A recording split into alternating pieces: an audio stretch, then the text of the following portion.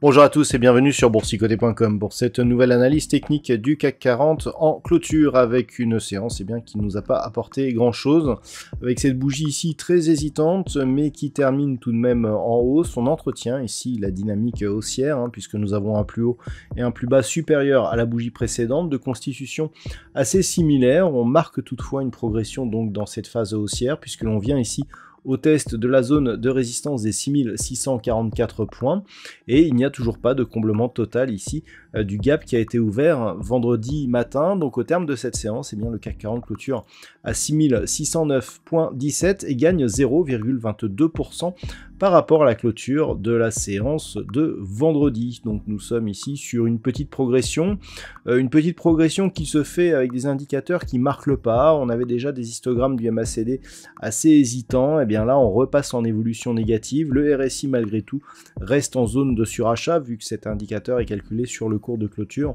C'était tout à fait logique. Il y a une nette baisse des volumes par rapport aux deux précédentes séances de jeudi et de vendredi.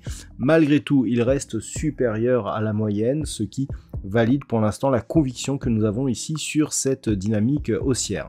Alors, il n'y a pas eu grand-chose, si ce n'est une déclaration d'un membre de la Fed qui a bien fait comprendre au marché qu'il ne fallait pas s'emballer par rapport aux chiffres de l'inflation qui avait été diffusé jeudi dernier. Malgré tout, on reste ici sur une tendance suspendue, avec donc une toute petite progression qui se fait toujours sur un contact ici avec la bande de Bollinger supérieure. Donc malgré ces déclarations, on reste sur une dynamique qui s'est certes affaiblie, mais qui reste haussière actuellement.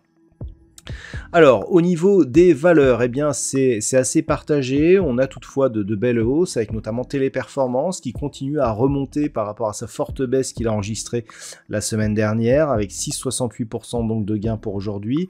ST Microelectronics, Sanofi, Carrefour et Engie suivent juste derrière. Au niveau des plus fortes baisses, nous avons Worldline qui perd 3,12%. Ensuite, c'est beaucoup plus modéré. Nous avons le secteur du luxe qui a eu un peu de mal aujourd'hui. Mais dans les plus fortes baisses, nous avons Hermès, Safran, Unibail, Eurofins Scientifique et LVMH. Donc, que dire? Alors, on attendait une phase de consolidation pour aujourd'hui, elle n'est pas venue. On voit toutefois qu'on reste ici sur une petite progression haussière. Il n'y avait pas de statistiques majeures aujourd'hui qui aurait permis de trouver un catalyseur donc, pour les marchés. Donc clairement, ici, on est dans cette phase d'attente, mais ce qui est intéressant, c'est que on reste au-dessus ici de cette zone des 6580-90 points qui, après avoir été résistance, est donc une zone horizontale significative puisqu'il s'agit ici de la zone de contact que nous avions eu ici au mois d'août et aussi auparavant ici on avait eu ici cette phase qui avait agi comme résistance.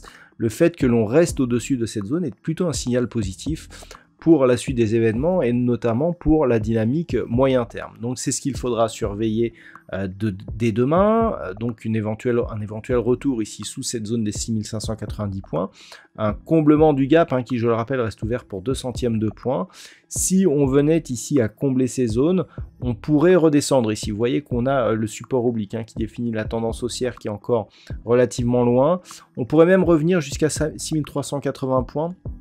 Puisque dès demain, la moyenne mobile 20 exponentielle devrait converger vers cette zone. Alors sauf si on descend, puisque là on aplatira un petit peu la courbe. Mais globalement, tant que l'on est à 6380, c'est-à-dire que tant que cette zone de résistance ici continue à agir comme zone de support, clairement on peut avoir un affaiblissement, voire une consolidation temporaire, mais on resterait ici sur la même dynamique. Ce n'est que sur rupture de cette zone des 6380 que des signaux d'affaiblissement commenceraient à se faire sentir.